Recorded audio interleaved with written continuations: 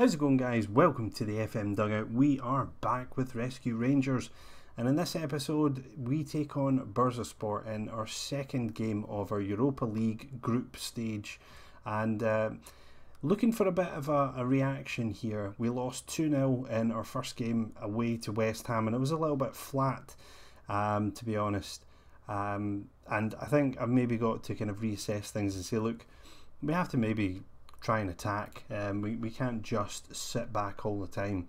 And since the last episode, there's been 3 games domestically, and I've kind of dabbled with a slight tweak of formation. So in Europe we had played the 5-3-2 wing back, and what I've actually done, I started the Hibs game at Ibrox with the 5-3-2 wing back, and we found ourselves 3-0 up. And pretty comfortable at the half-time mark, and then Hibs came out in the second half and they started to play the same formation as us, and Jason Cummings got Hibs a goal back, so 3-1 at 56 minutes. And rather than just kind of stick with the same formation and see things kind of fall apart a bit, I decided to change things up.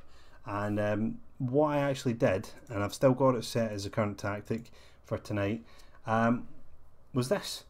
So I effectively pulled the central defender up into a defensive midfield position, and then I also pushed forward one of the 3 into an advanced playmaker position. And I think what it does is it gives us a real kind of flexibility. When we go forward, we've got wide players, and Rossiter sits back to help the 2 centre backs.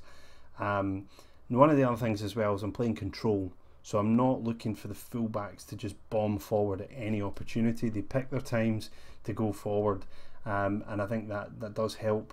In midfield, I've chosen to go with 1 attacking and 1 ball winning midfielder to link up with the advanced playmaker and also tie in with strikers. I think it just, before there was too big a gap, and the 2 kind of sitting players in the middle of the park just weren't really contributing enough to the attacks, and the 3 attacking midfielders, there wasn't an awful lot of space, and I was noticing that they were just kind of passing it about to one another, and you know, against better opposition you're going to lose the ball and then you're going to get countered. So I've tried this out, and as I say, we got a goal against Hibs to make it 4-1. The next game was against Airdrie in the Betfred Cup quarter final, and we managed to get a good win. It was comfortable in the end. Zach Rudden with a double, Waghorn scoring, and Tavernier as well. So Liam Burke getting 2 assists. So he was kind of working with that new formation quite well. And I decided to give Rudden a go because I wanted to kind of keep the main players fit for tonight, but as it turns out, I'm going to be playing Zach Rudden tonight because he's been in good form. And you can see here, the game against Wraith, I actually opted to not play Rudden. I played Jack Harper instead, who managed to get a goal. Joe Garner with a 6.4, so I'm really in an awkward position at the moment with regards to Garner and Waghorn. Waghorn came on and only played a 6.6. And this game, you can see the number of wasted shots. 5 shots on target out of 29 attempts is just so far below unacceptable. You can't even see unacceptable anymore. That is just, it's really poor. And on another day, Wraith might have scored with their 2 shots on target. So, you know, really disappointed with that. I suppose the one positive is Vincent Sasso managed to get his first goal for the club, and he looks as though he's playing fairly well. 7.4 out of 3 starts, 1 goal, so can't really complain too much about that. Obviously still not in our squad for Europe, which we'll be disappointed about, but you know, needs must. We have to play the homegrown, or pick the homegrown players for that squad. So yeah, those were the 3 games, and not bad. 10 goals scored, 2 goals conceded, and it takes us in for the game against Bursaspor. Now, in terms of the team selection for tonight, Alexander Butner has made her return just about. He's not quite there with match sharpness, so I'm going to play him. I had been playing Jordan Thompson actually at the left wing back role, and you can see his stats are pretty decent at that level. I'm pretty sure with him being 20 years old, I could get him to train to become more comfortable in that position. But yeah, he's done fairly well since he's been there. You can see his stats pretty decent so far this season, progressing in terms of his training, so got to be quite pleased with that. Have I even gone into Zach Rudden? I don't know. You can now see he scored 10 goals in 5 starts and 4 sub appearances, albeit he played in the Scottish League Challenge Cup and got 6 goals in 2 games, so it is kind of skewed a little bit. But he scored 1 in the league from 1 start, 2 in the Betfred Cup, and I do feel that he has that kind of predatory type instinct, and that might just be what we're looking for tonight. The big question mark is what I'm going to do with the other striker. Tonight Lee Wallace is suspended, so it was kind of looking as though Jordan Thompson was going to play, but Buttner is back, as I say, so he will be in at left back. No other injuries really to talk about. Scott Gray was injured, and I was potentially thinking about playing him if Buttner didn't make it back into the team, but Thompson has been doing pretty well in that position. You can see our money is starting to fall again. We're now down to 13.7 million in the bank, so month on month we are making a loss. So again, as I say, the 300,000 for a win tonight would certainly be a welcome sight in our bank balance. In terms of the league now, the standing, we are 2 points clear of Celtic. Celtic have a game in hand. We are the top goal scorers. We have conceded the fewest number of goals. We are the second highest in yellow cards, and we are the highest, well, 5th highest, sorry, in red cards. We have been getting a bit of bad press about a rough style of play, but 7 wins and 1 loss, not too bad at this stage.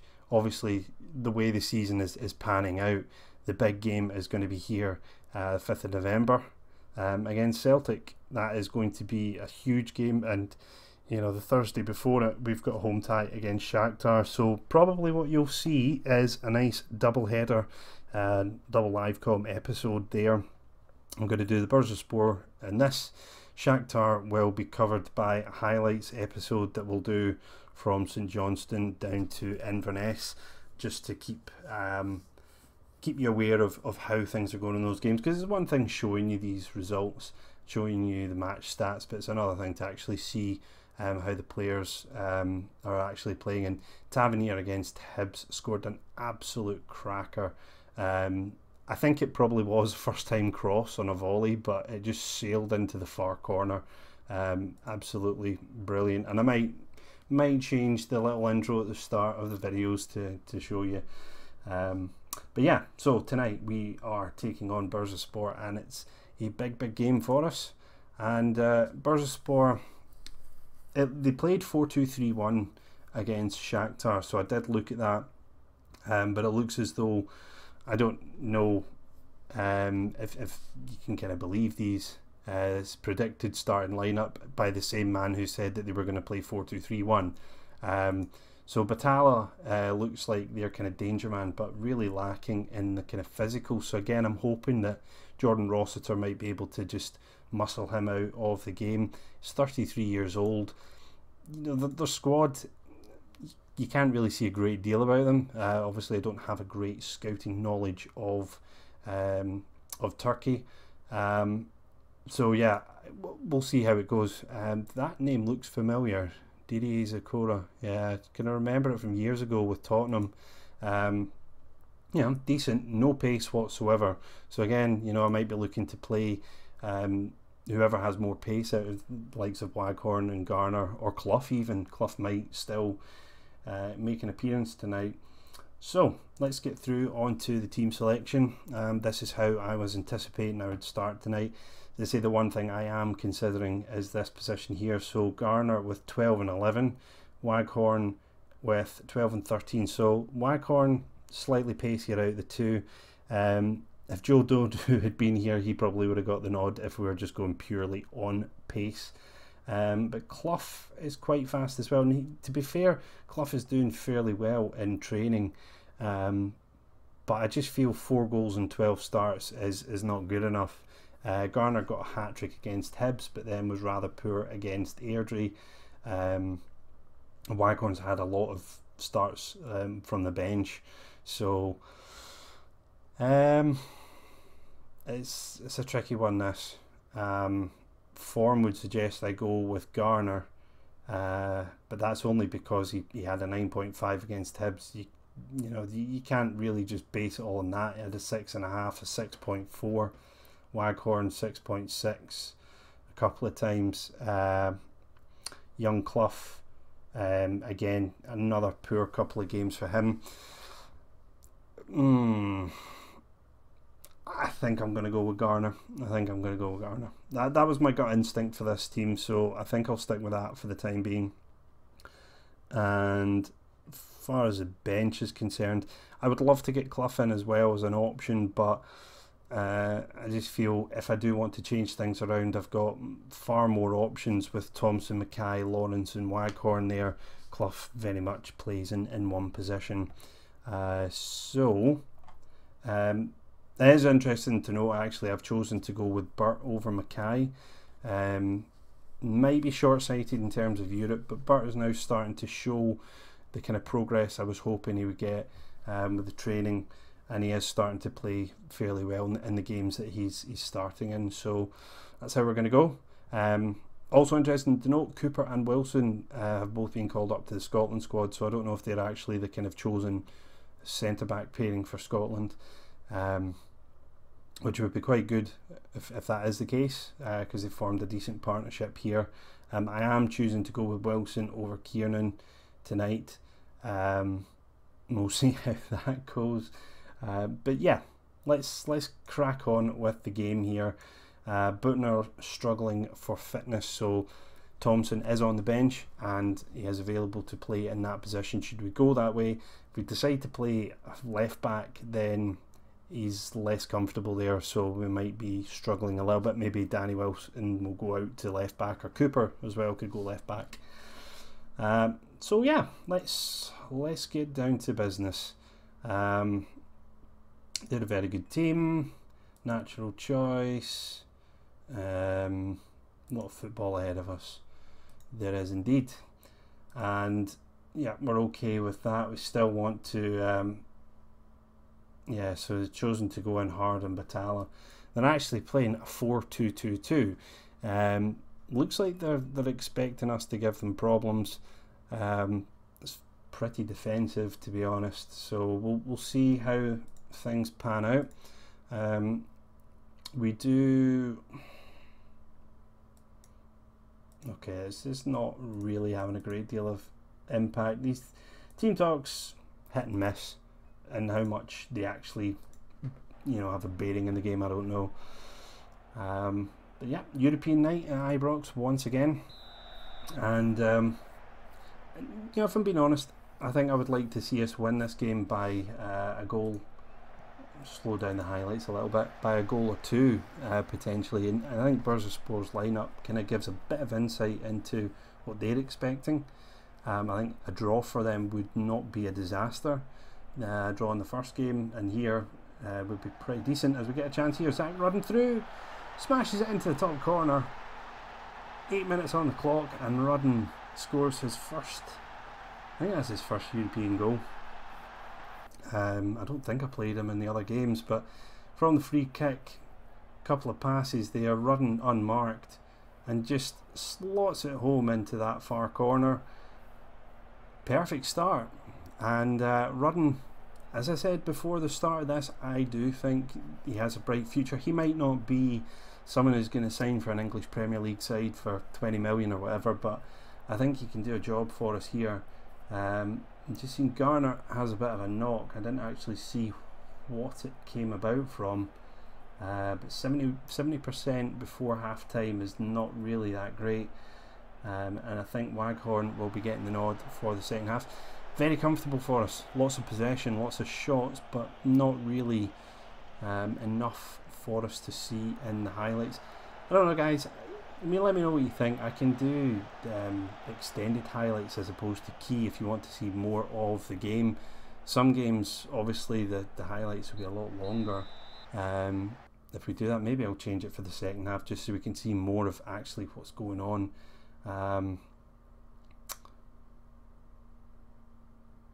I'm torn between these two. I don't want complacency to kind of creep in.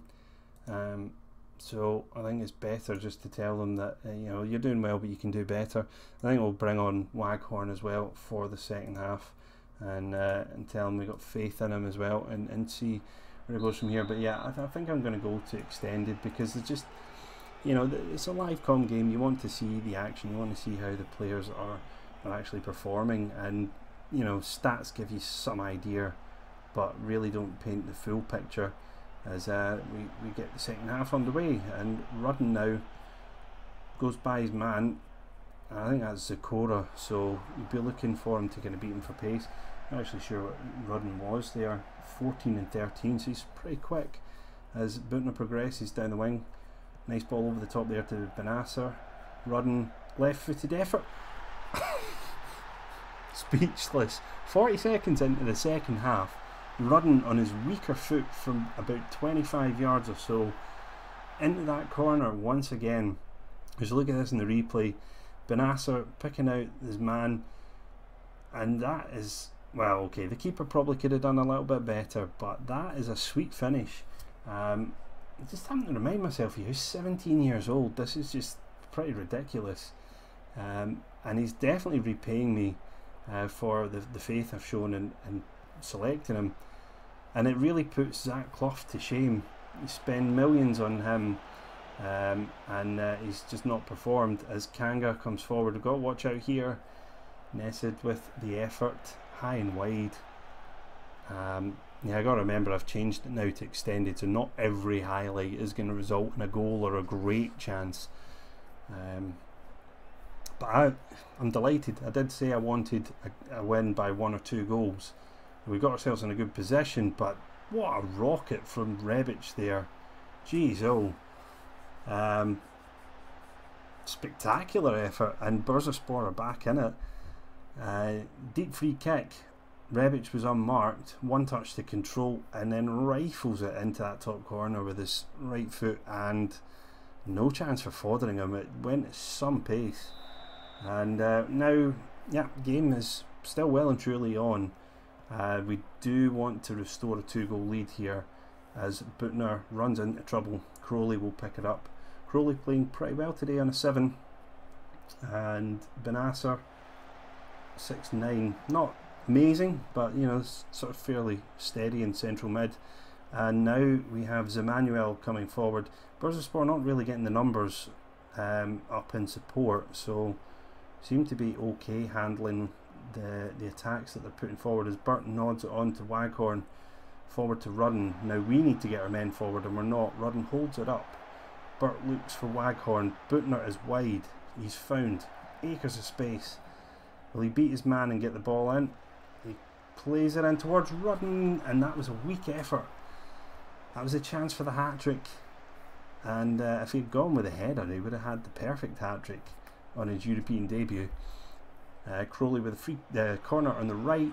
Wilson with a header, and I thought that may have just snuck in there. Goalkeeper absolutely nowhere with that corner kick. Butner is at 70%, so 69 now, so I think he's probably going to be okay to make the end of the game now. We lost a goal from a free kick before. Will this be another chance for Bursaspor here? Waghorn dispossesses Fatty, and he is away. Now he's very bad at this in real life, but that's a beautiful finish. Dinks it over the goalkeeper and puts us back in a commanding position. And I got to say, boys, the stats for this game, I am really delighted with how we've bossed it, and this new formation does actually seem to be working pretty well. Liam Burt's maybe not playing that well. That's a really composed finish from Waghorn, really good. And maybe we're slightly fortunate Garner got injured.